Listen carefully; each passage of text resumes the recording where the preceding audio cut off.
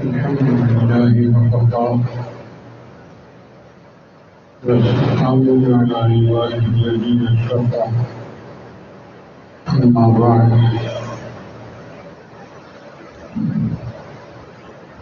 فبسند المتصل مني إلى الإمام الأمام يقول العبد الفقير الغفار أحمد حدثني حضرة الأستاذ حافظ القرآن والحديث مولانا محمد جعفر بن محمد أبي قال حدثني الشيخ محمد مالك كاملي نبر الله مرقده قال حدثني أبي محمد إدريس قال حدثني أبي محمد إسماعيل قال حدثني عبد الزاهد المصري المدني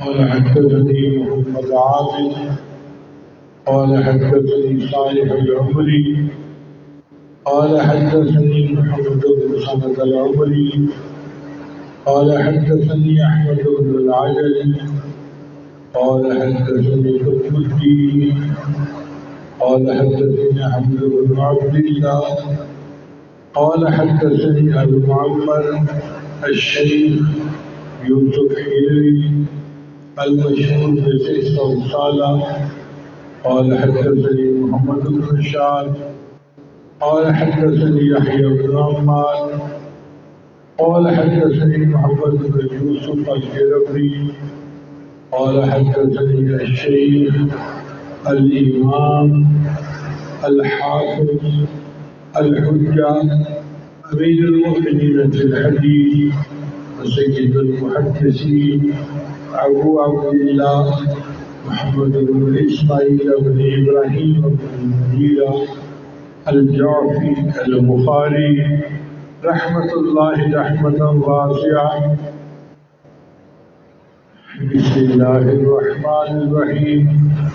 باب كيف كان بدء الوحي إلى رسول الله صلى الله عليه وسلم وقول الله عز وجل إنا أوحينا إليك كما أوحينا إلى نوح والنبيين من بعده. حدثنا الزبيدي قال حدثنا سفيان قال حدثنا يحيى بن سعيد الأنصاري قال أخبرني محمد بن إبراهيم التيمي أنه سمع الخولة بن وقاص الليثي يقول سمعت عمر بن الخطاب رضي الله تعالى عنه على المنبر يقول سمعت رسول الله صلى الله عليه وسلم يقول إنما الأعمال بالنيات وإنما لامرئ ما نوى فمن كانت هجرته إلى دنيا يصيبها أو إلى امرأة ينكحها فهجرته إلى ما هاجر إليه. سبحان ربك رب العزة عما يصفون وسلام على المرسلين والحمد لله رب العالمين. اللهم صل على سيدنا ومولانا محمد وعلى آل سيدنا ومولانا محمد وبارك وسلم.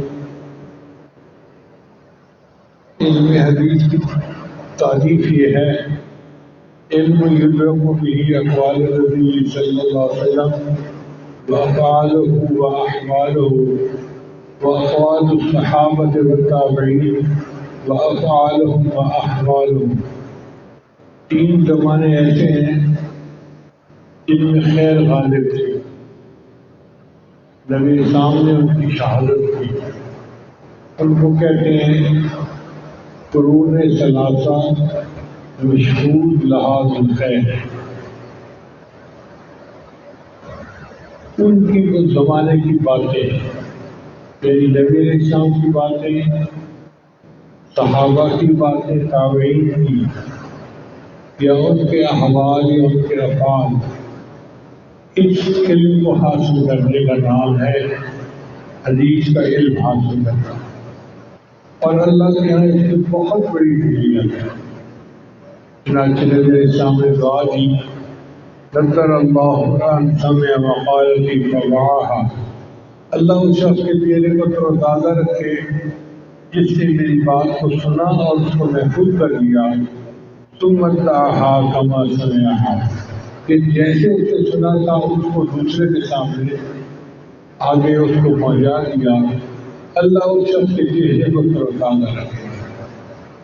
ایک حدیث پاک میں ہے کہ 3 مرتبہ نبی جان نے فرمایا اللہم ارحم خلفائی، اے اللہ میرے خلفاء پر رحم فرمانا. کہ پوچھا گیا تو من خلفاؤک یا رسول اللہ، اے اللہ کے رسول آپ کے خلفاء کون ہیں؟ اور نبی جان نے فرمایا الذین یروون احادیثی، جو میری احادیث کی روایت آگے بیان کریں گے وہ میرے خلفاء ہیں.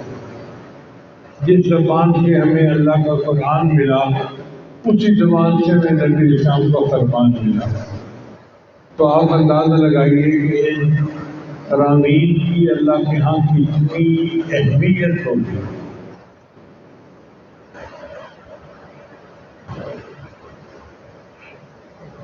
امام بخاری رحمۃ اللہ کا نام تھا محمد، ان کے والد کا نام تھا اسماعیل، دادا کا نام تھا ابراہیم اور پردادا کا نام تھا مغیرہ. جعفی قبیلہ تھا، بخارا کے رہنے والے تھے. امام بخاری رحمۃ اللہ کی وفات ولادت 156 ہجری کو ہوئی، بعد صلاۃ الجمعہ، جمعہ کی نماز کے بعد. وتوفی فی لیلۃ عید الفطر، اور وہ عید الفطر کی رات میں وفات پا گئے. اس وقت سن تھا 256 ہجری. سمرقند کے قریب جو گاؤں خرطنگ ہے وہاں پر ان کا مزار آج بھی موجود ہے. امام بخاری رحمۃ اللہ بچپن میں یتیم ہو گئے تھے، مگر آپ حضرات جانتے ہیں اس دنیا میں یتیم ہی تمہیں یتیم بنا کرتے ہیں. جس کا کوئی نہیں ہوتا اس کا اللہ ہوتا ہے، جس کا اب نہیں ہوتا اس کا رب ہوتا ہے، اور جس کا رب ہوتا ہے تو اس کا سب ہوتا ہے. ان کی تربیت ان کی والدہ نے اور ان کے بڑے بھائی احمد بن اسماعیل نے کی. 16 سال کی عمر میں امام بخاری رحمۃ اللہ حرمین کے سفر پر گئے. اس وقت ان کو رسول اللہ بن مبارک اور وکیع بن جراح کی روایات زبانی یاد تھی. بچپن میں امام بخاری رحمۃ اللہ نابینا ہو گئے تھے. پھر ان کی والدہ نے دعائیں مانگی، اللہ نے بینائی کو واپس لوٹا دیا. طلباء اس سے اندازہ لگائیں کہ والدہ کی دعاؤں کی اللہ کے یہاں کیا اہمیت ہے کہ گئی ہوئی بینائی اللہ نے پھر واپس لوٹا دی. شام، مصر، بغداد، کوفہ، بصرہ اور خراسان سفر کیے. کوفہ کے سفر اتنے کیے کہ امام بخاری رحمۃ اللہ فرماتے ہیں مجھے تعداد بھی یاد نہیں ہے. یعنی اتنی بار حدیث لینے کے لیے کوفہ گئے کہ یہ بھی یاد نہیں کہ میں کتنی دفعہ کوفہ گیا ہوں.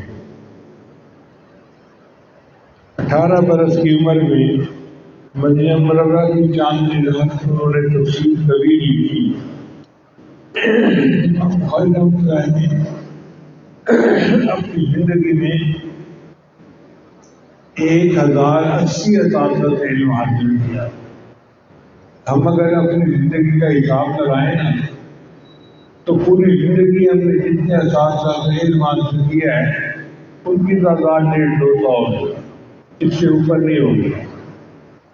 جبکہ امام بخاری رحمۃ اللہ نے 1080 اساتذہ سے علم حاصل کیا۔ پھر امام بخاری رحمۃ اللہ نے 90,000 طلباء کو حدیث خود پڑھائی ہے۔ آج دور حدیث پڑھاتے ہوئے حدیث کی کلاس میں 20 بچے، 30 بچے، 40 بچے ہوتے ہیں۔ جو بہت بڑے مدارس ہیں وہاں بھی سینکڑوں تک معاملہ پہنچتا ہے۔ 1000 طلباء، 2000 طلباء۔ بنگلہ دیش کے ایک مدرسہ ہے 8000 ہی۔ مجھے وہاں ایک دفعہ جانے کا موقع ملا تو وہاں دور حدیث کے طلباء کی تعداد 4000 تھی۔ انہوں نے بیان کے لیے مسجد میں انتظام کیا تو پوری مسجد بھری ہوئی۔ میں نے شیخ العزیز صاحب سے کہا حضرت آپ نے تو پورے مدرسے کے طلباء کو اکٹھا کر لیا۔ کہنے لگے نہیں، میں نے صرف دور حدیث کے طلباء کو اکٹھا کیا اور ان کی تعداد 4000 ہے۔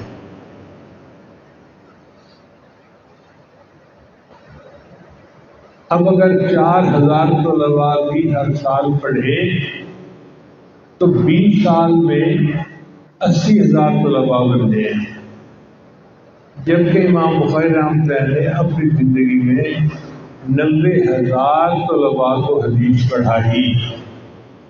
درخت اپنے پھل سے پہچانا جاتا ہے، استاد اپنے شاگرد سے پہچانا جاتا ہے۔ امام بخاری رحمۃ اللہ کی عظمت دیکھنی ہو تو ان کے شاگردوں کو دیکھیں۔ چنانچہ امام بخاری رحمۃ اللہ کے شاگردوں میں امام مسلم رحمۃ اللہ علیہ، امام ترمذی رحمۃ اللہ علیہ اور امام نسائی رحمۃ اللہ علیہ، یعنی یہ ان کے شاگرد تھے۔ اس سے اندازہ لگائے کہ استاد کا مرتبہ کیا ہوگا۔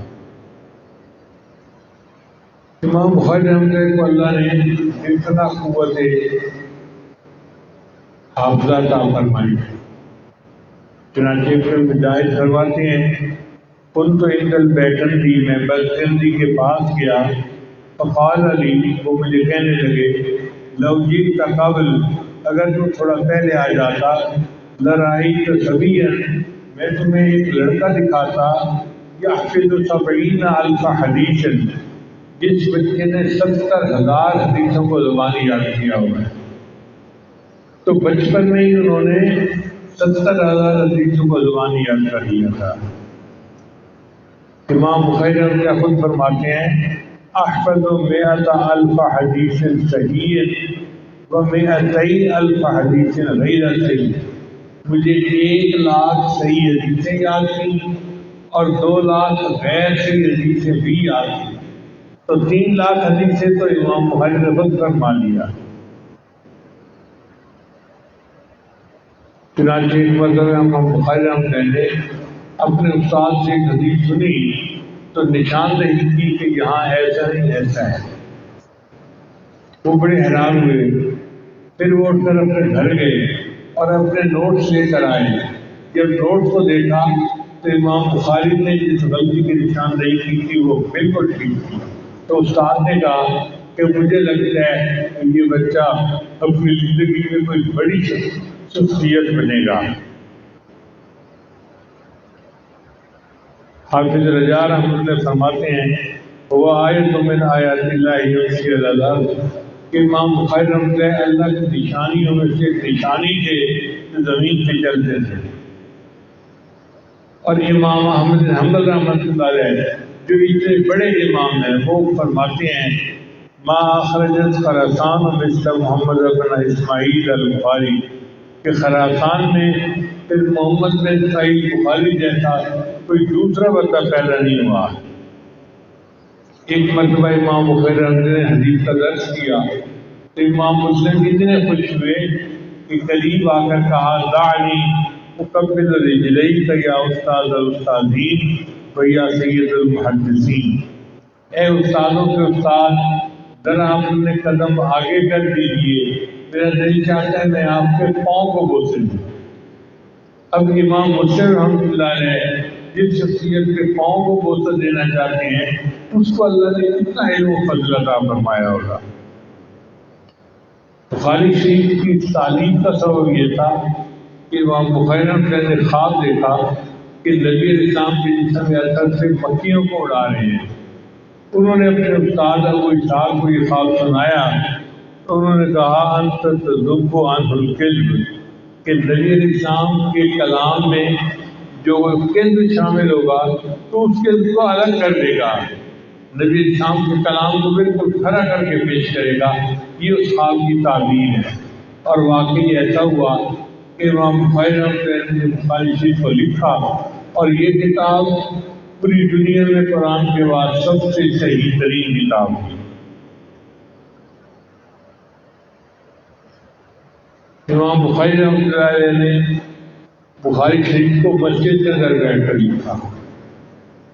ترجمۃ الباب لکھنا چاہتے تھے، 2 رکعت نفل پڑھ کے استخارہ کرتے تھے، اور جب صحت کا یقین ہو جاتا تھا کہ یہ حدیث بالکل ٹھیک ہے تب اس کو کتاب میں شامل کیا کرتے۔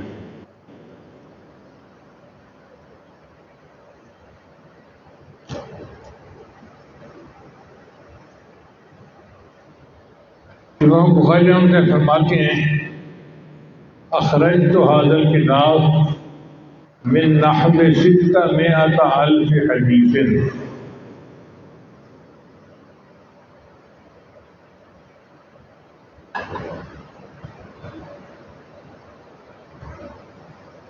میں نے اس کتاب کو 6 لاکھ احادیث میں سے چنا ہے، یعنی امام بخاری رحمۃ اللہ کو 6 لاکھ حدیثیں یاد تھیں، پھر ہر حدیث کو وہ پرکھتے تھے اس حدیث کے سارے راوی ٹھیک ہے یا نہیں، کوئی حکم تو نہیں، کوئی کمی تو نہیں، کوئی اس پر جرح تو نہیں آتی۔ جب دل کو تسلی ہو جاتی تھی پھر اسے استخارہ کرنے کے بعد اپنی کتاب میں شامل کیا کرتے تھے۔ اب آپ بتائیں جب ایک ایک حدیث پر اتنی محنت انہوں نے کی ہوگی تو پھر اللہ کی طرف سے اس کو قبولیت تو ملنی تھی۔ امام نووی رحمۃ اللہ فرماتے ہیں کہ بخاری شریف کی کل احادیث ہیں 7,275، اور اگر مقررات کو ایک سمجھیں تو کل ہے 4,000، جبکہ علامہ ابن حجر رحمۃ اللہ فرماتے ہیں کہ کل احادیث 7,397 ہیں، اور بغیر مقررات کے 2,761 ہیں۔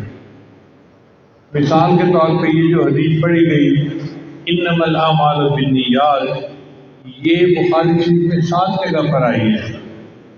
ایک باب کیف کان بدء الوحی میں، دوسرا باب ما جاء ان الاعمال بالنیت، تیسرا کتاب العشق، چوتھا کتاب الہجرہ باب الہجرہ، پانچواں باب النکاح، چھٹا باب النذور، اور 7واں کتاب الحیل۔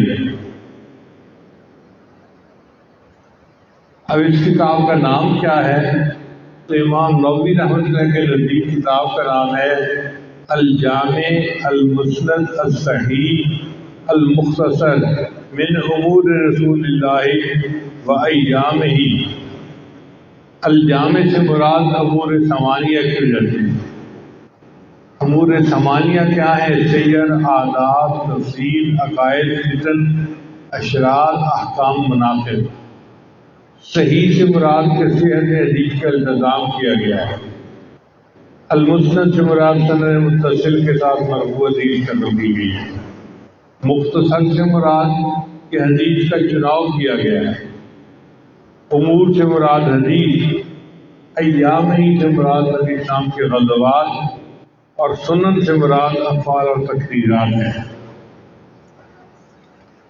جبکہ علامہ ابن حجر رحمۃ اللہ کے نزدیک بخاری شریف کا نام ہے الجامع الصحیح المسند من حدیث رسول اللہ و سننہ و ایامہ۔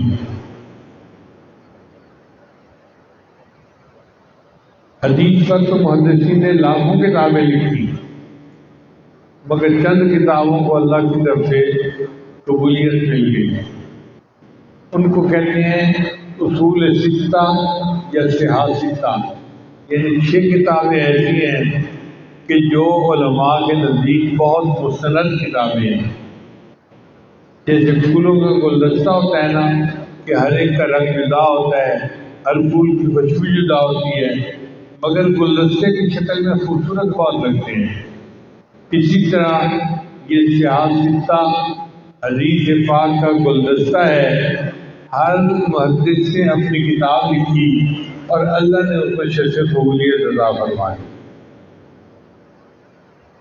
امام مسلم رحمۃ اللہ کے نزدیک حدیث کی کتاب اس وقت تک سمجھ میں نہیں آ سکتی جب تک حدیث کے فن کا پتہ نہ ہو۔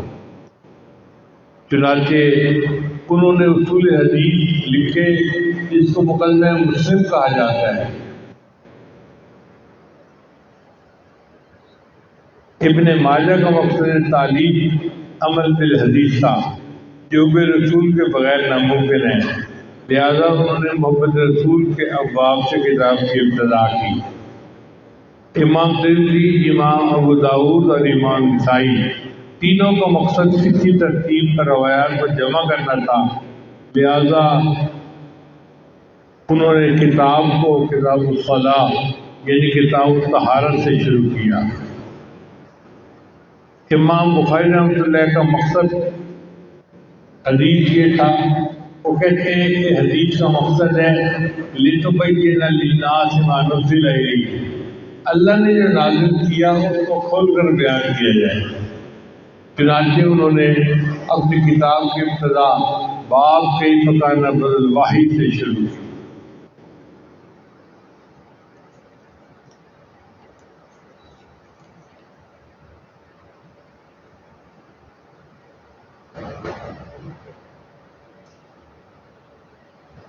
اب یہ جو صحاح ستہ ہیں ان کا خلاصہ کیا ہے؟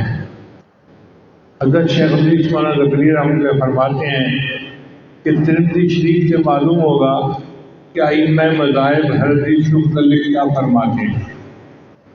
ابو داؤد شریف سے اس کے دلائل معلوم ہوں گے، بخاری شریف سے اس کا طریقہ استنباط معلوم ہوگا، پھر مسلم شریف سے ان دلائل کی تقویت کے لیے اسی مضمون کی دوسری احادیث معلوم ہوگی، نسائی شریف سے معلوم ہوگا کہ جو حدیث مستدل بن رہی ہے اس میں کوئی علت تو نہیں ہے، پھر ابن ماجہ کی مدد سے مصنف کی مدد کے بغیر علت تک پہنچنا آسان ہوگا۔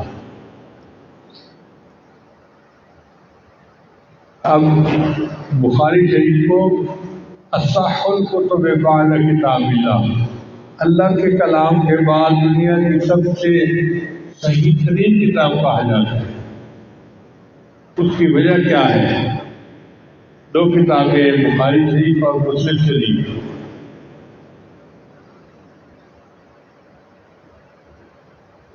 امام بخاری رحمۃ اللہ کی منفرد روایات 435 ہیں، یعنی امام بخاری رحمۃ اللہ کے وہ استاد و راوی جن پر جرح ہوئی یا جن کے بارے میں بات کی گئی ان کی تعداد 435، جبکہ متکلم کی روایتیں ہیں وہ 80 ہیں۔ امام مسلم کی منفرد روایت 620 ہیں اور متکلم کی روایت ان کے 160 ہیں۔ تو اس سے بھی پتہ چلتا ہے کہ بخاری شریف کا پلہ بھاری ہے صحت حدیث کے اعتبار سے۔ پھر امام بخاری رحمۃ اللہ نے جو متکلم کی روایت ہے ان سے حدیثیں بہت کم لی ہیں، صرف 6 حدیثیں لی ہیں، جبکہ امام مسلم نے متکلم کی روایت سے بہت زیادہ حدیث لی ہیں۔ ایک تیسری بات یہ ہے کہ امام بخاری کے جو متکلم کی روایت ہے وہ اپنے استاد ہیں، چنانچہ امام بخاری کہہ سکتے ہیں کہ جی میرے استاد پر لوگوں نے تو جرح کی مگر میں نے ان کی زندگی کو قریب سے دیکھا، میں تصدیق کرتا ہوں کہ میرے استاد ثقہ تھے، ٹھیک تھے، اچھے تھے، کیونکہ وہ اساتذہ تھے۔ امام مسلم رحمۃ اللہ نے یہ جو احادیث تھی یہ متقدمین سے لی، وہ استاد جو ان کی زندگی کے پہلے چلے گئے، اس سیاق سے دیکھیں تو بھی بخاری شریف کا پلہ بھاری نظر آتا ہے۔ امام بخاری رحمۃ اللہ کی 80 حدیث پر کلام ہوا، جبکہ امام مسلم کی 130 احادیث پر کلام ہوا۔ اس سیاق سے بھی بخاری شریف کا پلہ بھاری نظر آتا ہے۔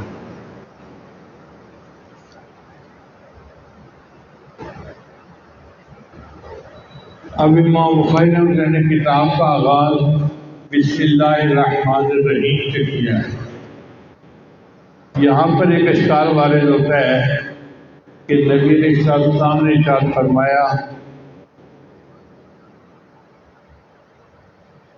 کل امر ذی بال لا یبدأ فیہ بحمد اللہ والصلاۃ علیہ فهو اقطع ابتر ممحوق من کل برکت،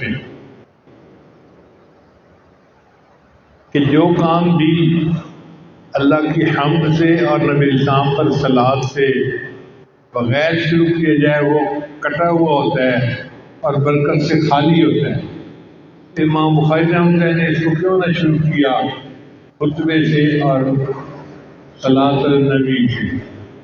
تو مؤرخین نے پہلا جواب تو یہ دیا کہ بسم اللہ الرحمن الرحیم میں اللہ تعالیٰ کی حمد آ جاتی ہے،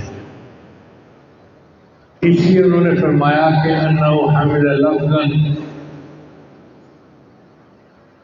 لا کتابتا، کہ امام بخاری رحمۃ اللہ نے زبان سے حمد پڑھ لی تھی اگرچہ لکھی نہیں،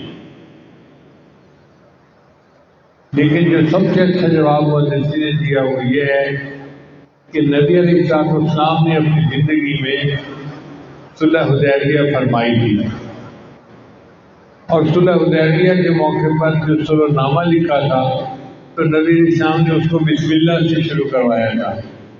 امام بخاری رحمۃ اللہ پر چونکہ سنت نبوی کی غلبہ تھا، انہوں نے اس غلبے میں اپنی کتاب کا آغاز بھی بسم اللہ سے شروع کر دیا اور نبی اسلام کی سنت پر عمل کر کے دکھایا۔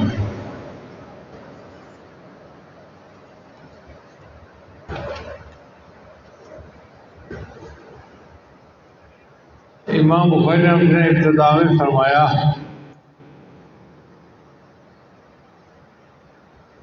باب کیف کان بدء الوحی الی رسول اللہ صلی اللہ علیہ وسلم۔ عزیز طلباء، علم حاصل کرنے کے 3 طریقے ہیں۔ ایک طریقہ ہے حواس خمسہ سے علم حاصل کرنا، جیسے مادہ علم، سائنس کا علم حواس خمسہ سے حاصل کیا جاتا ہے۔ دیکھنا، چکھنا، سونگھنا، چھونا، یہ 5 حواس خمسہ کہلاتے ہیں۔ مگر اس طرح سے جو علم حاصل ہوتا ہے اس میں غلطی کی گنجائش ہوتی ہے۔ ایک بندے کو بخار ہو جائے تو اس کو پانی بھی کڑوا لگتا ہے، حالانکہ پانی کڑوا نہیں ہوتا، حواس اس کو غلط اطلاع دیتے ہیں۔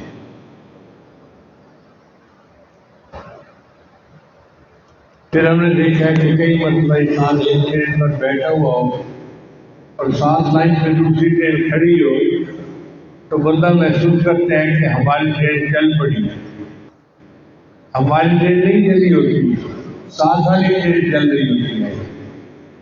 تو اس کو ایلیوژن کہتے ہیں، کہ بندے کو دھوکہ لگ جاتا ہے۔ چنانچہ جو لوگ گاڑی چلاتے ہیں وہ سمجھتے ہیں کہ گرمی کے موسم میں دھوپ ہو تو ایسے لگتا ہے سڑک کے اوپر پانی کھڑا ہے، اس کو سراب کہتے ہیں۔ حقیقت نہیں ہوتی، دیکھنے کا دھوکہ ہوتا ہے۔ اس کا مطلب یہ ہے کہ حواس خمسہ سے جو علم حاصل ہوتا ہے وہ غلطی کی گنجائش رکھتا ہے۔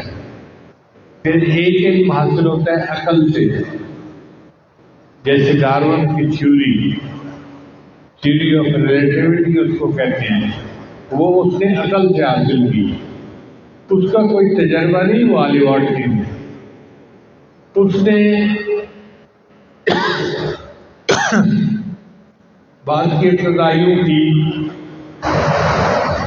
ایک فریم آف ریفرنس ایکس ہے اور دوسرا فریم آف ریفرنس وائی ہے. اب ایکس اور وائی فریم کے اس نے آگے کیلکولیشن کرنی شروع کر دی اور کرتے کرتے اس نے نتیجہ نکالا E=mc². یہ علم اس کو جو حاصل ہوا فقط عقل سے حاصل ہوا، وہاں سے خمسہ کا تعلق بھی نہیں تھا اور کسی اور چیز کا دخل بھی نہیں تھا، عقل سے حاصل ہوا.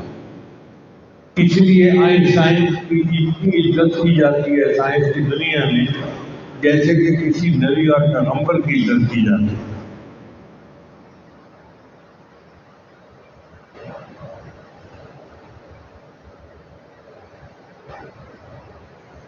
جو علم انسان کو عقل سے حاصل ہوتا ہے وہ بھی دھوکہ دے جاتا ہے. چنانچہ ایک بندہ گزرا تھا عبد الرحمن نام کا، وہ کہتا تھا کہ بھائی کو اپنی بہن سے نکاح کرنا چاہیے اور دلیل یہ دیتا تھا کہ زندگی تب اچھی گزرتی ہے جب بیوی اپنے خامد کو اچھی طرح سمجھے. تو بہن سے زیادہ اور خامد کو کون اچھی طرح سمجھ سکتا ہے؟ اس نے عقل سے دلیل تو دی مگر یہ بھول گیا کہ ایک رشتہ محرم کا ہوتا ہے. اگر محرم پر بھی شہوت کی نظر پڑے گی تو پھر تو دنیا سے حیا شرف کی چھٹی ہو جائے گی. عقل نے دھوکہ دیا.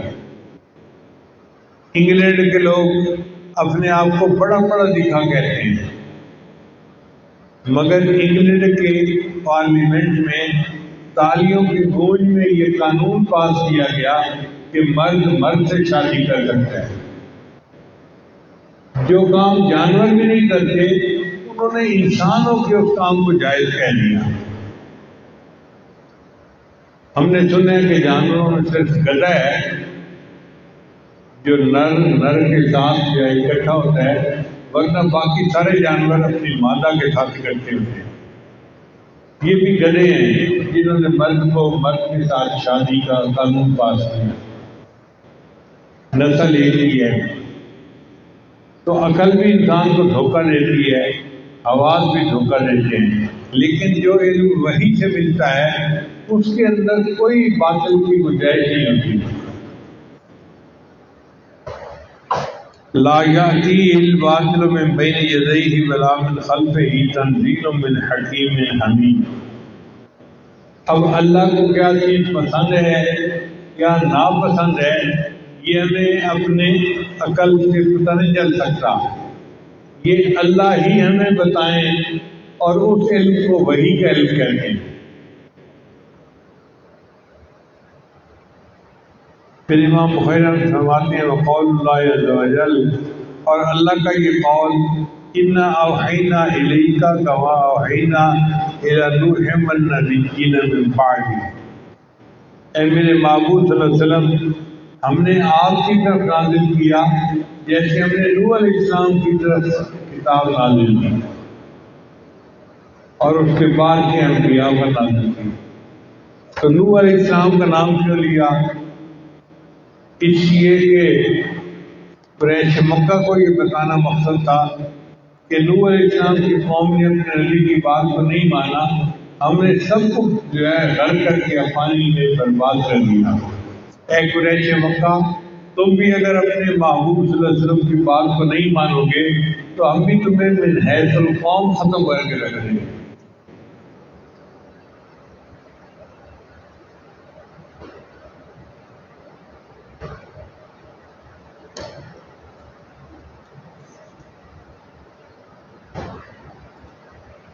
اب اس حدیث کی جو سند ہے اس کے اندر کچھ لطائف ہیں. ایک تو یہ کہ حدیث کے راوی حمیدی ہیں جو قریشی ہیں اور نبی اسلام فرمایا قدموا قریشا الائمۃ من القریش. تو نبی اسلام نے جو فرمایا امام بخاری نے اس پر عمل کر کے دکھا دیا. اپنی پہلی حدیث کو اپنے قریشی استاد سے دکھایا. پھر پہلی حدیث کے راوی حمیدی ہیں اور حمیدی کا لفظ ہم سے بنا ہے. اور بخاری شریف کی جو آخری حدیث ہے اس کے راوی ہیں احمد بن اشکاب۔ لہذا طالب علم کو چاہیے کہ ہر حال میں اللہ تعالیٰ کی حمد کے اندر مشغول ہو۔ قرآن کی آغاز میں حمد ہے، جنتیوں کی آخری دعا بھی حمد ہے، اور جنت کا نام ہے دار الحمد۔ نبی علیہ السلام کے جھنڈے کا نام ہے لواء الحمد، اور نبی علیہ السلام کو جنت میں جو محل ملے گا اس محل کا نام ہوگا بیت الحمد۔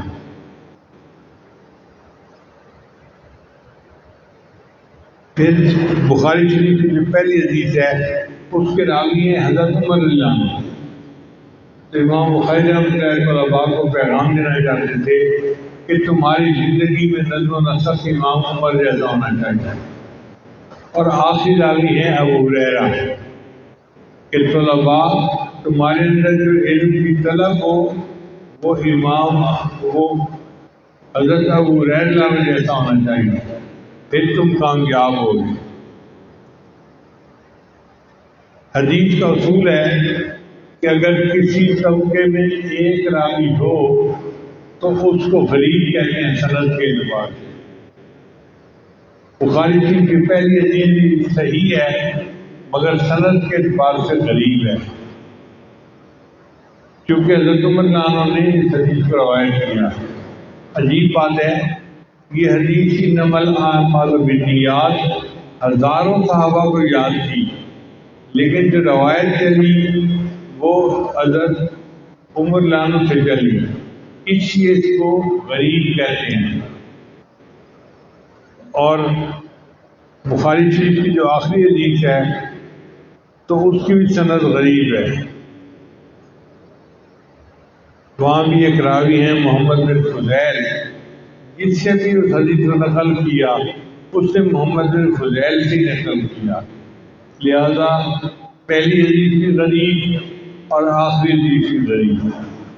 اصل میں امام بخاری طلباء کو یہ پیغام دینا چاہتے تھے کن فی الدنیا کانک غریب او عابر سبیل، کہ دنیا میں زندگی ایسے گزار جیسے کوئی پردیسی ہوتا ہے یا راستہ چلنے والا مسافر ہوتا ہے۔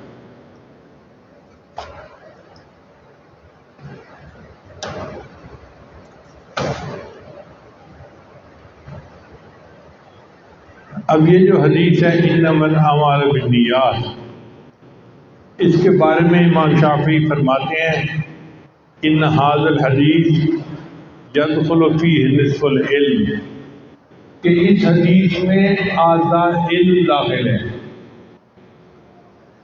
کیونکہ عبادات دو ہوتی ہیں، بدنی عبادات اور قلبی عبادات، اور اخلاص کا تعلق قلب سے ہے، لہذا آدھے دین کا عبادات کا تعلق امام بخاری کی کتاب سے ہے۔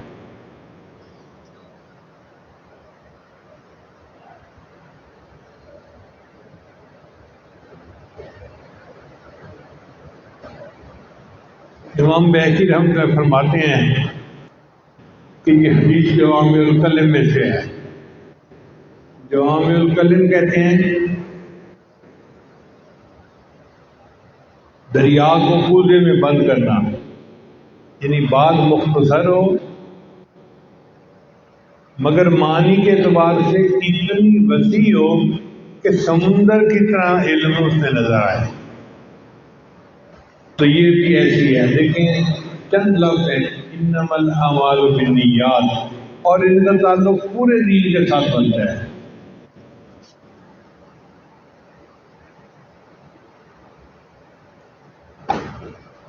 علماء نے لکھا ہے کہ اسلام کے 3 شعبے ہیں، ایمان، اعمال اور اخلاص۔ اب چونکہ اس حدیث کا تعلق اخلاص کے ساتھ ہے لہذا اس کے علم کا تیسرا حصہ موجود ہے۔ امام عبد الرحمن بن ماضی فرماتے ہیں من اراد ان یصنف کتابا فلیبتدئ بہذا الحدیث، جو شخص کتاب تصنیف کرنے کا ارادہ کرے اس کو چاہیے کہ اس حدیث سے کام کو شروع کرے۔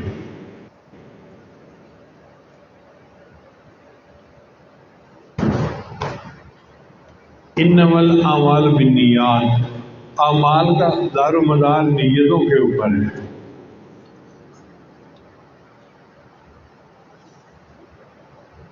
نیت اور ارادہ میں فرق ہوتا ہے۔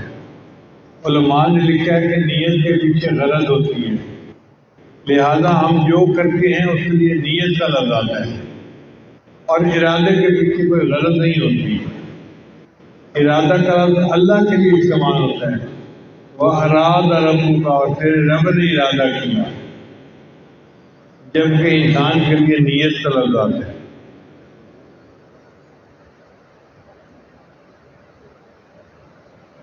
چونکہ نبی اسلام نے فرمایا کہ اعمال کا مدار نیت پر ہے، لہذا اگر کسی کام میں نیتیں زیادہ ہوں تو بندے کو اجر بھی پھر زیادہ ملنا چاہیے۔ مثال کے طور پہ سمجھیں کہ ایک طالب علم آتا ہے مسجد میں، جی میں نماز پڑھ کے آتا ہوں، اس کو نیت کے مطابق تھوڑا ثواب ملے گا۔ ایک دوسرا طالب علم آتا ہے، وہ کہتے ہیں میں جماعت کے ساتھ نماز بھی پڑھوں گا، جو وقت مسجد میں ہوں گا اعتکاف کی نیت سے گزاروں گا، اور جب نمازی آئیں گے تو میں نمازیوں کا حال احوال بھی دریافت کروں گا، ان کی خیر خیریت بھی دریافت کروں گا، اور اگر مسجد میں درس قرآن ہوا یا درس حدیث ہوا تو میں وہ بھی اٹینڈ کروں گا، یا ہفتہ وار جو گشت ہوتا ہے وہ گشت ہوا تو میں گشت میں شریک ہوں گا۔ اب اس بندے نے جو کہ مسجد میں آنے کے لیے اتنی زیادہ نیتیں کی تو اس کو مسجد میں آنے کا ثواب زیادہ ہوگا، جبکہ پہلے والے کو کم ہوگا۔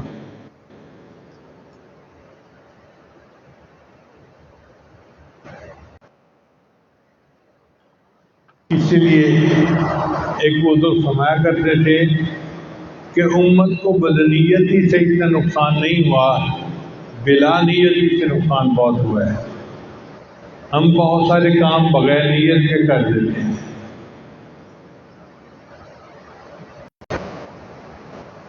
لہذا ہر عمل میں نیت کرنی چاہیے۔ پہلے وقتوں میں لوگ 8-8 10 سال اپنے شیخ کی صحبت میں رہ کر نیت کرنا سیکھا کرتے تھے۔ چنانچہ ایک صاحب نے گھر بنوایا اور اپنے شیخ کو گھر دکھانے کے لیے لائے۔ جب گھر دکھایا تو شیخ نے پوچھا کہ یہ بتاؤ کہ آپ نے یہ کمرے میں کھڑکی کیوں رکھوائی؟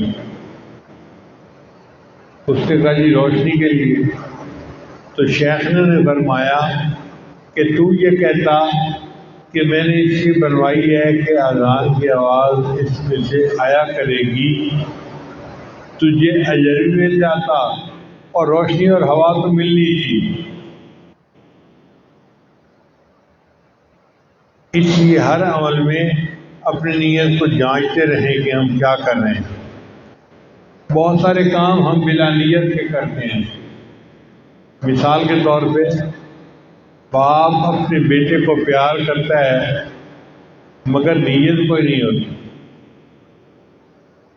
حدیث پاک میں آتا ہے کہ ریح الولد میں ریح الجنہ، کہ بچے کی جو مہک ہے، خوشبو ہے، وہ جنت کی مہکوں میں سے ہے۔ لہذا جو اللہ کا حکم سمجھتے ہوئے اپنے بچے کو پیار کرے گا اس کے بدلے اللہ اس کو اپنی عزت، اپنی قرب عطا فرمائیں۔ اکثر لوگ رات کو سوتے ہوئے اپنے کپڑے تبدیل کر لیتے ہیں، شلوار کی جگہ تہبند باندھ لیتے ہیں، اس کو ہم کو ثواب نہیں ملتا چونکہ نیت نہیں ہوتی۔ اور اگر وہ سنت کی نیت کریں کہ نبی اسلام رات کو کپڑے بدلتے تھے اور ان کپڑوں میں سوتے تھے تو اس بندے کو کپڑے بدلنے پر بھی ثواب مل جائے گا۔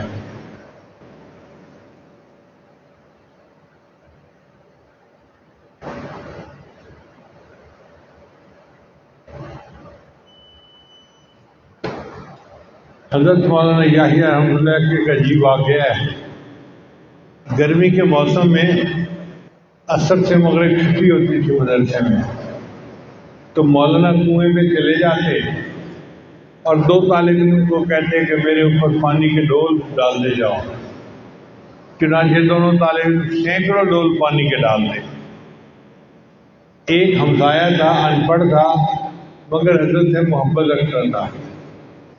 وہ دیکھتا یہ منظر تو اتنا کہتا، ہمیں تو کیا ہو کہ اسراف ہوئے اور خود کیے جاؤ، یعنی ہمیں تو کہتے ہو کہ یہ اسراف ہے، گناہ ہے، اور خود کرتے جا رہے ہو۔ حضرت اس کی بات سنتے اور اتنا کہتے کہ ہاں، میرے لیے جائز تیرے لیے ناجائز، میرے لیے جائز تیرے لیے ناجائز۔ ایک دن وہ کھڑا ہو گیا کہ یہ کیسے ہو سکتا ہے، ایک عمل آپ کے لیے جائز اور میرے لیے جائز نہیں۔ چنانچہ حضرت نے اس کو بلایا اور کہا کہ اچھا یہ بتاؤ تم غسل کس نیت سے کرو گے؟ اس نے کہا جی میں غسل کروں گا صفائی پاکیزگی حاصل کرنے کے لیے۔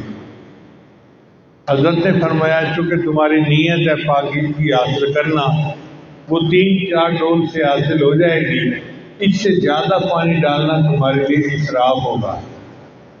اس نے کہا جی آپ کس نیت سے غسل کرتے ہیں؟ فرمان لگے میں گرمی دور کرنے کی نیت کرتا ہوں، گرمی کا موسم ہے، سارا دن پڑھاتا ہوں تو طبیعت میں گرمی ہے، اب اس کو علاج کروانا چاہیے تاکہ طبیعت کی گرمی دور ہو جائے۔ اب میں اگر 1000 ڈول بھی ڈالوں تو میرے لیے جائز ہوگا۔ تو دیکھیے ایک ہی عمل حسن نیت کی وجہ سے عبادت بن گیا اور بدنیتی کی وجہ سے گناہ ہو گیا۔ اب یہاں پر ایک اور اشکال ہے، طلباء ذرا توجہ کے ساتھ سنیں کہ جب اعمال کا مدار نیت پر ہے تو ہم اگر کوئی گناہ کا کام کریں اچھی نیت کے ساتھ تو کیا وہ عمل اچھا بن جائے گا؟ مثلاً ایک بندہ چوری کرتا ہے پیسے کہ میں غریبوں کو تقسیم کر دوں گا، تو کیا چوری جائز ہو جائے گی؟ تو محدثین نے جواب لکھا کہ جو کام حرام ہے ان کو نیکی کی نیت سے کرنا تو دین کا تلاعب ہے، اس کے ساتھ کھیل کرنے والی بات ہے، اللہ کے غصے کو اور بھڑکانے والی بات ہے۔ مقصد حدیث یہ ہے کہ جو کام جائز ہیں ان میں بھی نیت ٹھیک ہوگی تب وہ ٹھیک ہوں گے، اگر جائز کاموں میں نیت خراب ہو جائے گی تو عمل بھی خراب ہو جائے گا۔ اب اس کی مثال ہے، ایک عورت کے لیے اپنے خامد کے لیے بننا سنورنا عبادت ہے، اگر وہ خوشبو لگائے اس کو ثواب ملے گا، لیکن اگر یہی عورت خوشبو لگاتے ہوئے یہ سوچتی ہے میں شادی میں جا رہی ہوں، میرا فلاں کا دن بھی آیا ہوگا اور میرے اس کا دن کو فلاں خوشبو بہت پسند ہے، میں وہ لگاتی ہوں، اب اس نے خوشبو لگائی، جائز کام تھا مگر نیت کی خرابی کی وجہ سے وہ ناجائز ہو گیا۔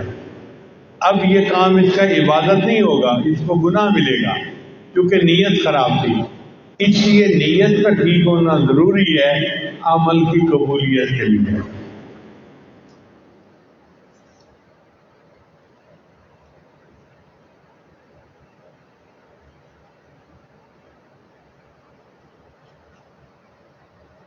یہ حدیث مبارکہ کا شان ورود کیا ہے؟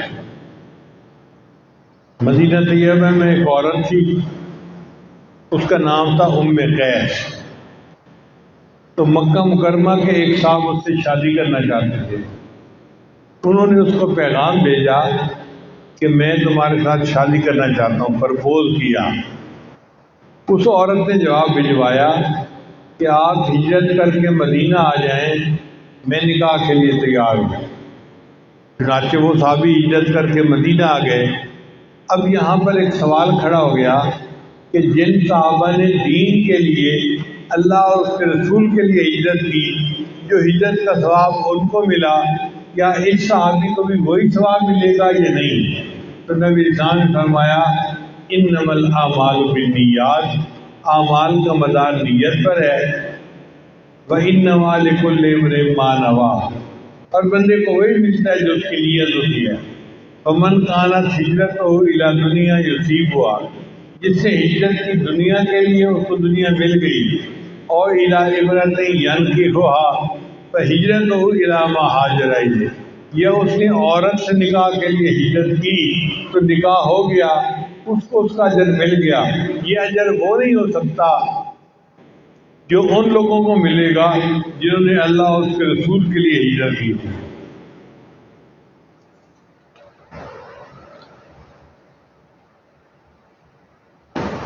حضرت شیخ حدیث رحمۃ اللہ سے پوچھا کسی نے، حضرت تصوف کیا بلا ہے؟ حضرت نے فرمایا تصوف کی ابتدا انما الاعمال بالنیات، اس نے کہا پھر انتہا بھی بتا دیجیے۔ فرمایا تصوف کی انتہا ان تعبد اللہ کانک تراہ، اللہ کی عبادت ایسے کرو جیسے تم اسے دیکھتے ہو، یہ تصوف کی انتہا ہے۔ اب جو قرآن مجید کی آیات ہیں ان کے اندر انوار پوشیدہ ہوتے ہیں، چنانچہ جہاں قرآن مجید پڑھا جاتا ہے وہاں انوار اترتے ہیں۔ اللہ تعالیٰ فرماتے ہیں وَإِذَا قُرِئَ الْقُرْآنُ فَاسْتَمِعُوا لَهُ وَأَنصِتُوا لَعَلَّكُمْ تُرْحَمُونَ، جب قرآن پڑھا جائے تم خاموش رہو، اس کو سنو، تمہارے اوپر رحمتیں برسائی جائیں گی۔ تو جہاں قرآن پڑھا جاتا ہے وہاں نور برستا ہے، رحمتیں برستی ہیں۔ اسی طرح جہاں حدیث پڑھائی جاتی ہے وہاں بھی نور برستا ہے۔ دہلی میں ایک مجذوب جا رہا تھا تو اس نے کسی گھر کو دیکھا تو کہنے لگا کون ہے یہاں کہ جس کی وجہ سے نور کی بارش ہو رہی ہے؟ تو پھر اس کو بتایا گیا کہ یہاں پر ایک محدث ہیں جو اپنے شاگردوں کو حدیث پڑھاتے ہیں۔ اب دیکھیں اس نے کشف کی نظر سے دیکھ لیا کہ یہاں پر رحمتیں برس رہی ہیں جبکہ وہاں پر حدیث مبارکہ پڑھائی جائے گی۔ اسی طرح استاد جب حدیث پڑھاتا ہے تو محفل حدیث کے اوپر رحمتیں برستی ہیں۔ اب ان انوارات کو اپنے دل میں جلب کرنا یہ شاگرد کا کام ہوتا ہے۔ ہم اگر دل کے پیالے کا برتن ٹھیک کر کے بیٹھیں گے تو یہ نور اس دل کے پیالے میں آ جائے گا، اور اگر غفلت کے ساتھ بیٹھیں گے تو ہم اس نور سے محروم ہو جائیں گے۔ اس لیے جو دائرہ حدیث کے طلباء ہیں وہ کوشش یہ کریں کہ وقت پہ پہنچیں اور ایک دن کا بھی ناغہ نہ ہونے پائے، کیونکہ ہر حدیث کو اپنے استاد سے سننا یہ سند متصل بن جاتی ہے، اور جو ناغہ ہو گیا تو وہ حدیث سند متصل نہیں کہلائے گی۔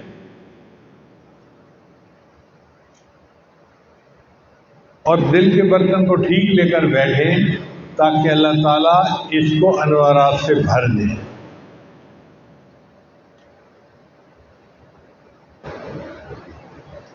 اللہ تعالیٰ نے بخاری شریف کو بہت قبولیت عطا فرمائی ہے، چنانچہ امام مروزی رحمۃ اللہ فرماتے ہیں کہ میں نے خواب میں دیکھا نبی علیہ السلام کی زیارت ہوئی تو نبی علیہ السلام نے فرمایا یا ابا ذئب الی متی تدرس کتاب شافعی ولا تدرس کتابی، تو کب تک شافعی کی کتاب پڑھاتا رہے گا اور میری کتاب نہیں پڑھائے گا؟ وہ پوچھتے ہیں کہ میں نے پوچھا اللہ کے رسول آپ کی کتاب کون سی؟ تو نبی السلام نے فرمایا جامع محمد بن اسماعیل، جو محمد بن اسماعیل کی کتاب ہے یعنی بخاری شریف یہ میری کتاب ہے۔ علامہ فروری رحمۃ اللہ فرماتے ہیں کہ مجھے ایک مرتبہ خواب میں نبی السلام کی زیارت ہوئی تو میں نبی السلام نے پوچھا این ترید، تو کہاں جا رہا ہے؟ میں نے کہا ارید محمد بن اسماعیل، میں محمد بن اسماعیل امام بخاری کے پاس جا رہا ہوں اس وقت پڑھنے کے لیے۔ تو نبی السلام نے فرمایا اقرا ہو منی السلام، امام بخاری کو میرے سلام پہنچا دینا۔ یعنی امام بخاری رحمۃ اللہ اتنے مقرر تھے کہ نبی علیہ السلام نے ان کو سلام پہنچایا۔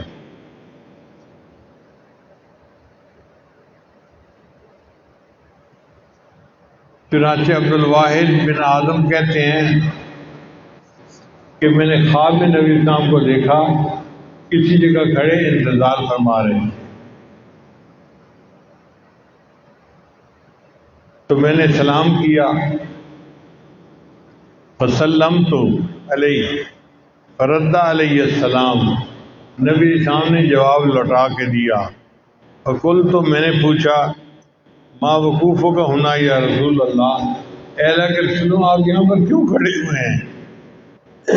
قال نبی اسلام نے فرمایا انتظر محمد بن اسماعیل، میں محمد بن اسماعیل کا انتظار کر رہا ہوں۔ فلما کان بعد ایام بلغنی موتہ، وہ کہتے ہیں کہ میں نے ٹائم دن تحریر ڈیٹ لکھ کر رکھی۔ کچھ دنوں بعد جب امام بخاری کی وفات کا پتہ چلا، میں نے اندازہ لگایا تو یہ وہی وقت تھا جب میں نے خواب دیکھا تھا۔ اصل میں امام بخاری کی وفات کا وقت تھا اور نبی علیہ السلام ان کے فوت ہونے کا انتظار فرما رہے۔ امام بخاری رحمۃ اللہ کو جب دفن کیا گیا تو ان کی قبر سے خوشبو آتی تھی۔ عزیز طلباء، یہ عجیب بات ہے، لوگ حیران ہوتے ہیں کہ کیسے خوشبو آئی، ہمیں کوئی حیرانی نہیں ہوتی۔ شیخ سعدی رحمۃ اللہ فرماتے ہیں کہ میں نے حمام میں مٹی دیکھی جس سے خوشبو آتی تھی، بدو گفتم تو مشکی یا امیری، میں نے اس مٹی سے کہا تو مشک ہے یا عنبر ہے کہ از بوئے دل آویز تو مستم، کہ تیری دل آویز خوشبو سے تو میرا دل مست ہو رہا ہے۔ بگفتہ من گلے ناکی بودم، اس نے کہا کہ میں تو مٹی ہوں ولیکن مدت بارگل نشستم، میں باغ کی مٹی ہوں، میرے اوپر پھول گر گیا تھا، وہ پھول میرے اوپر پڑا رہا۔ جمال ہمنشی درمن اثر کر وگرنہ من ہما خاکم کے حسن، وہ میرے ہمنشی کا جمال میرے اندر اثر کر گیا، ورنہ میری کیا حیثیت میں تو مٹی۔ تو امام بخاری رحمۃ اللہ پھول تھے، اس پھول کو جب دفن کیا گیا تو پھول کی خوشبو اس مٹی کے اندر شامل ہو گئی، لہذا ان کی قبر سے خوشبو آتی تھی۔ یہ کوئی عجیب بات نہیں ہے۔ ابن ابی جمرہ فرماتے ہیں کہ صحیح بخاری کو مصیبت کے وقت پہ پڑھا جائے تو مصیبت دور ہو جاتی ہے۔ اگر کسی کشتی میں لے کر سوار ہوں تو نجات پاتے ہیں۔ مصنف مستجاب الدعوات تھے، انہوں نے دعا مانگی اللہ جو میری کتاب کو پڑھے اس کی مراد کو پورا کر دے، لہذا وہ مراد پوری ہو جاتی ہے۔ علامہ اصیل الدین فرماتے ہیں کہ میں نے اس کتاب کو 120 مرتبہ مختلف مواقع پر پڑھا، ہر مرتبہ میری مراد پوری ہوئی۔ عزیز طلباء، آپ بھی اب یہ کتاب پڑھ رہے ہیں، آج پہلا سبق تھا، تو ہم بھی اپنی نیت کر لیں۔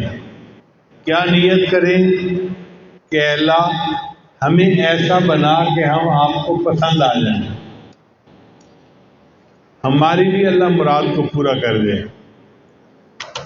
ہم نااہل ہیں، اللہ کے سامنے جھوٹ نہیں بول سکتے۔ حقیقت یہ ہے کہ ہم بخاری شریف پڑھنے پڑھانے کے اہل نہیں ہیں، لیکن چونکہ ایک کام ذمہ لگا لیا گیا ہے، لہٰذا ہم اس کام کو کر رہے ہیں اور نیت یہ کرتے ہیں کہ اللہ اس کتاب کے ذریعے ہمیں ایسا بنا دے کہ ہم آپ کو پسند آ جائیں۔ عمل کے اپنے اساس کیا ہے، بجز ندامت کے ساس کیا ہے، رہے سلامت تمہاری نسبت میرا تو بس آسرا یہی۔ عزیز طلباء، ہم بہت سارے اعمال کرتے ہیں مگر وہ اعمال اللہ کے ہاں کوئی حیثیت نہیں رکھیں گے جن میں اخلاص نہیں ہوگا۔ اللہ اخلاص کو دیکھیں گے، اور وہ اعمال جن کو ہم چھوٹا سمجھتے تھے وہ اللہ کو پسند آ جائیں گے۔ اس لیے اپنی نیکیوں کو اس طرح چھپائیں جس طرح ہم اپنے گناہوں کو چھپاتے ہیں، اس سے زیادہ نیکیوں کو چھپانے کی ضرورت ہے۔ ہم تو نیکیاں لوگوں کے سامنے بیان کرتے پھرتے ہیں، اور یہ جب میں نے چوتھی دفعہ حج کیا تو یہ ہوا۔ بھئی حج کا واقعہ سنانا تھا تو سنا دیتے، یہ چوتھی دفعہ کا لفظ کیوں لکھ لیا؟ بتانا مقصد ہوتا ہے کہ میں نے 4 حج کیے ہوئے۔ تو شیطان اس طرح ہمارے عملوں کو برباد کر دیتا ہے۔ ہم اپنے عملوں کی حفاظت کریں، وہ اعمال جو دیکھنے میں بہت چھوٹے ہوں گے اللہ کے ہاں قبول ہوں گے اور اس سے بخشش ہو جائے گی۔ چنانچہ امام غزالی رحمۃ اللہ کسی کو خواب میں نظر آئے، اس نے پوچھا حضرت آگے کیا بنا؟ فرمانے لگے کہ اللہ نے میری مغفرت کر دی۔ اس نے کہا مغفرت تو ہونی تھی، آپ نے تو کتابیں لکھی جن کو پڑھ کے امت کے علماء جمعے کے خطبے دیتے ہیں، لوگوں کو نصیحت کرتے ہیں، ہدایت دیتے ہیں۔ امام صاحب نے کہا نہیں، کتابوں کا عمل تو پیش ہی نہیں ہوا۔ ایک چھوٹا سا عمل اللہ کو پسند آ گیا۔ انہوں نے کہا کون سا عمل؟ فرمانے لگے چھوٹا سا عمل یہ تھا کہ میں ایک مرتبہ بیٹھا ہوا حدیث لکھ رہا تھا، قلم کی سیاہی ختم ہوئی تو میں نے دوات میں ڈالی، جب دوات سے قلم نکالی تو اس کی نوک کے اوپر، ٹپ کے اوپر ایک مکھی آ کے بیٹھ گئی۔ میرے دل میں خیال آیا یہ مکھی پیاسی ہے، اس کو پی لینے دو۔ میں نے قلم کو ایک جگہ روک لیا، وہ چند سیکنڈ کے بعد مکھی اڑ کے چلی گئی۔ اللہ کو یہ عمل پسند آیا کہ میرے بندے تو نے مکھی کی پیاس کا خیال رکھا، میں اس کے بدلے تجھے جہنم کی پیاس سے نجات عطا فرما دیتا ہوں۔ اب بتائیے کتنا چھوٹا سا عمل ہے لیکن اس پہ مغفرت ہو گئی۔ میرے والد صاحب رحمۃ اللہ ایک واقعہ سنایا کرتے تھے۔ ہمارے قریب کے علاقے میں ایک شیخ تھے، وہ زمیندار بھی تھے اور شیخ بھی تھے، اور بڑے ہزاروں ان کے مریدین تھے۔ وہ خواب میں کسی کو نظر آئے، اس نے کہا کہ حضرت آگے کیا بنا؟ کہ اللہ نے مجھے بخش دیا۔ اس نے کہا آپ کے تو ہزاروں مرید تھے، آپ نے تو بخشے جانا تھا۔ ان کا بھائی نہ مریدوں کا تو مسئلہ سامنے آیا ہی نہیں۔ ایک چھوٹا سا عمل جو مجھے بھی یاد نہیں تھا وہ اللہ کو پسند آ گیا، اللہ نے بخشش کر دیا۔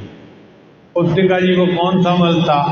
تو انہوں نے بتایا کہ میں ذمہ دار تھا، تو سال میں ایک ایسا موقع آتا ہے کہ جب جانوروں کے لیے چارہ کم ہو جاتا ہے، تو غریب لوگوں کے جانور بھوکے رہتے ہیں، یا تو وہ امیروں سے خریدتے ہیں یا پھر چوری کرتے ہیں۔ تو فرماتے ہیں کہ میں نے چارہ لگایا ہوا تھا، مگر میں محسوس کر رہا تھا کہ میرا چارہ دن بہ دن کم ہوتا جا رہا ہے۔ میں نے گاؤں کے لوگوں کو اعلان بھی کروایا بھئی بغیر اجازت کہ میرا چارہ کوئی نہ کاٹے، کوئی جانور میرے کھیت میں نہ چرائے، لیکن کوئی فرق نہیں پڑا۔ ایک رات میں نے سوچا کہ آج رات میں بیٹھ کے پہرا دوں گا، اور جو چرانے والا ہوگا نا جانور، میں اس بندے کو ذرا تنبیہ کروں گا، سمجھاؤں گا کہ میرے کھیت میں جانور نہ چرائے۔ کہتے ہیں کہ میں بیٹھا ہوا تھا، آدھی رات کا وقت ہوا تو میں نے دیکھا کہ 2-4 بکریاں میرے کھیت میں چرنے کے لیے آ گئی۔ اندھیرا تھا، شکل نظر نہیں آتی تھی۔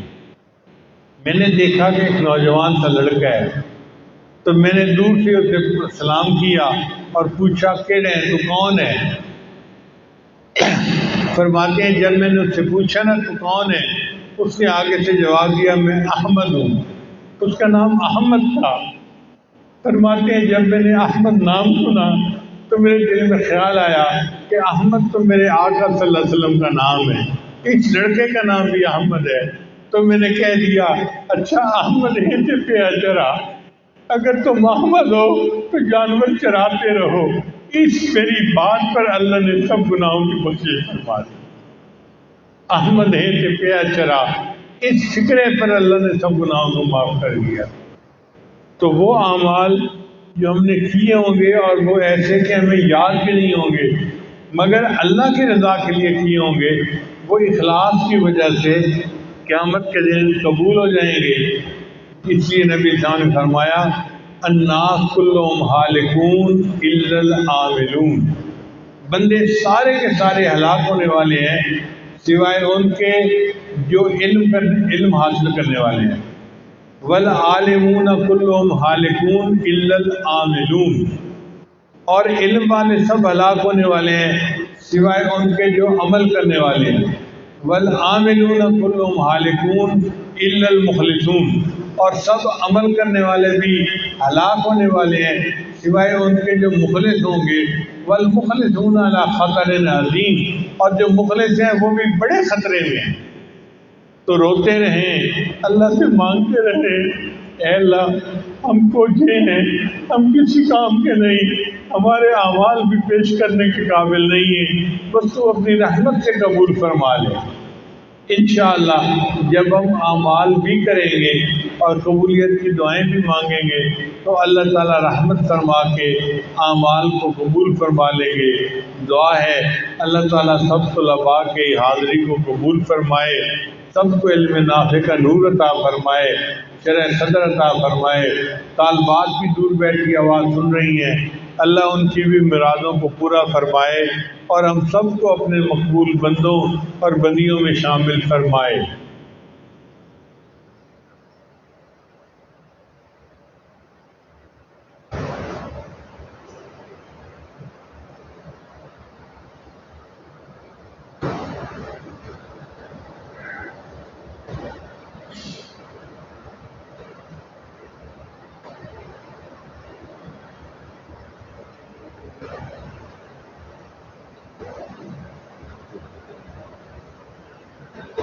توبہ کے کلمات پڑھ لیجئے پھر دعا کرتے ہیں۔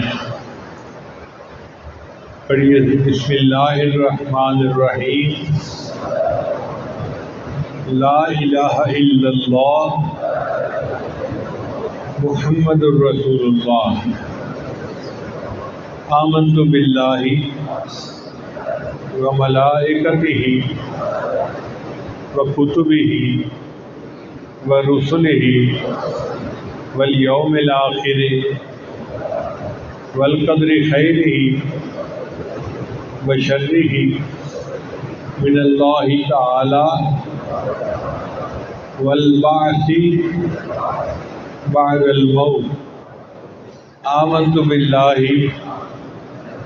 کما ہوا باسمائہ وصفاتہ وقبلت جمیع احکامہ اقرار باللسان وتصدیق بالقلب۔ اشہد ان لا الہ الا اللہ واشہد ان محمدا عبدہ ورسولہ۔ استغفر اللہ ربی من کل ذنب واتوب الیہ برحمتک یا ارحم الراحمین۔ اب ان کلمات کو پڑھنے سے بیت ہو چکے ہیں، چند معمولات ہیں جن کو باقاعدہ کریں گے تو اللہ تعالیٰ دل کو منور کریں گے۔ پہلا عمل ہے 100 مرتبہ استغفار صبح و شام پڑھنا۔ دوسرا عمل ہے 100 مرتبہ درود شریف صبح و شام پڑھنا۔ تیسرا عمل ہے قرآن مجید کی تلاوت روزانہ کرنا۔ چوتھا عمل ہے چلتے پھرتے ہر وقت دل میں اللہ کو یاد کرنا۔ اور پانچواں عمل ہے کہ 10-15 منٹ صبح 10-15 منٹ شام مراقبہ کرنا۔ انشاءاللہ مراقبہ کرتے رہیں گے، دل میں اللہ کی محبت بڑھے گی، آپ خود اس محبت کو محسوس کریں گے۔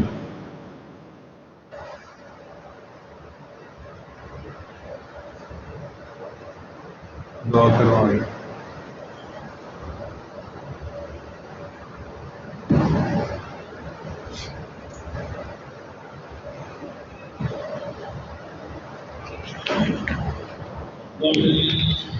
اللهم صل على سيدنا محمد وعلى آل سيدنا محمد ربنا ظلمنا أنفسنا وإن لم تغفر لنا وترحمنا لنكونن من الخاسرين۔ پروردگار عالم ہمارے صغیرہ کبیرہ گناہوں کو معاف فرما، اللہ ہماری نگاہوں کو پاک فرما، دلوں کو صاف فرما، سینوں کو اپنی محبت سے لبریز فرما۔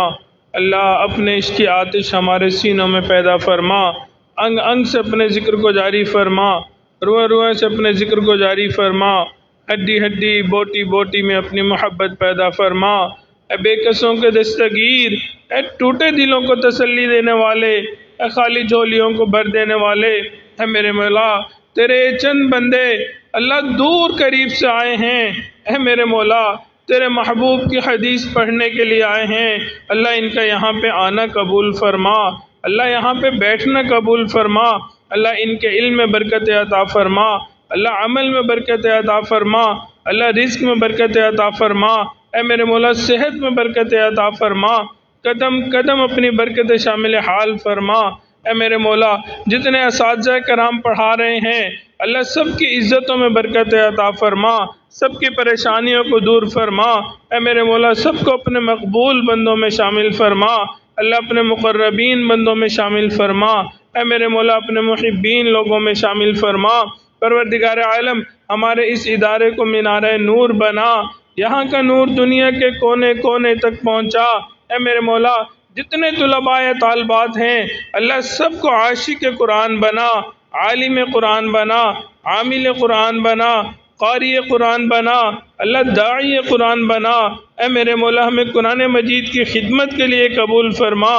پروردگار عالم ہماری قیامت تک آنے والی نسلوں کو دین کی خدمت کے لیے قبول فرما، اے میرے مولا اس ادارے کی جو ضروریات ہیں ان کو غیبی خزانوں سے پورا فرما، اللہ جتنے حاضرین مجلس ہیں سب کی دلی نیک مرادوں کو پورا فرما، نیک تمناؤں کو پورا فرما، اللہ حاسدین کے حسد سے محفوظ فرما، دشمنوں کی دشمنی سے محفوظ فرما، برا چاہنے والوں کی برائی سے محفوظ فرما، مولا دوستی کے رنگ میں دشمنی کرنے والوں سے بھی محفوظ فرما، اللہ ہمیں علم نافع عطا فرما، عمل صالح کی توفیق عطا فرما، اللہ مکروہات شرعیہ کو مکروہات طبعیہ بنا۔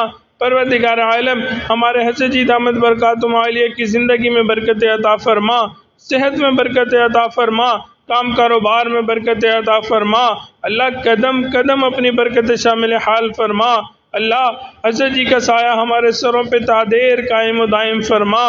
پروردگار عالم جن گھروں میں جوان بچے بچی ہیں ان کے مستقبل کو روشن فرما، ماں باپ کے لیے فرض ادا کرنے آسان فرما، اے میرے مولا جو بیمار ہیں ان کو شفائے کاملہ عاجلہ مستمرہ عطا فرما، اللہ جو قرض دار ہیں ان کی قرضوں کی ادائیگی کی سبیل پیدا فرما، مولا نبی علیہ السلام نے جو خیریں مانگی ہمیں وہ خیریں عطا فرما، جن شرور سے پناہ مانگی ہمیں بھی پناہ عطا فرما۔ ربنا تقبل منا انك انت السميع العليم وتب علينا انك انت التواب الرحيم، صلی اللہ تعالی علی حبیبہ سیدنا محمد وآلہ واصحابہ اجمعین برحمتک یا ارحم الراحمین۔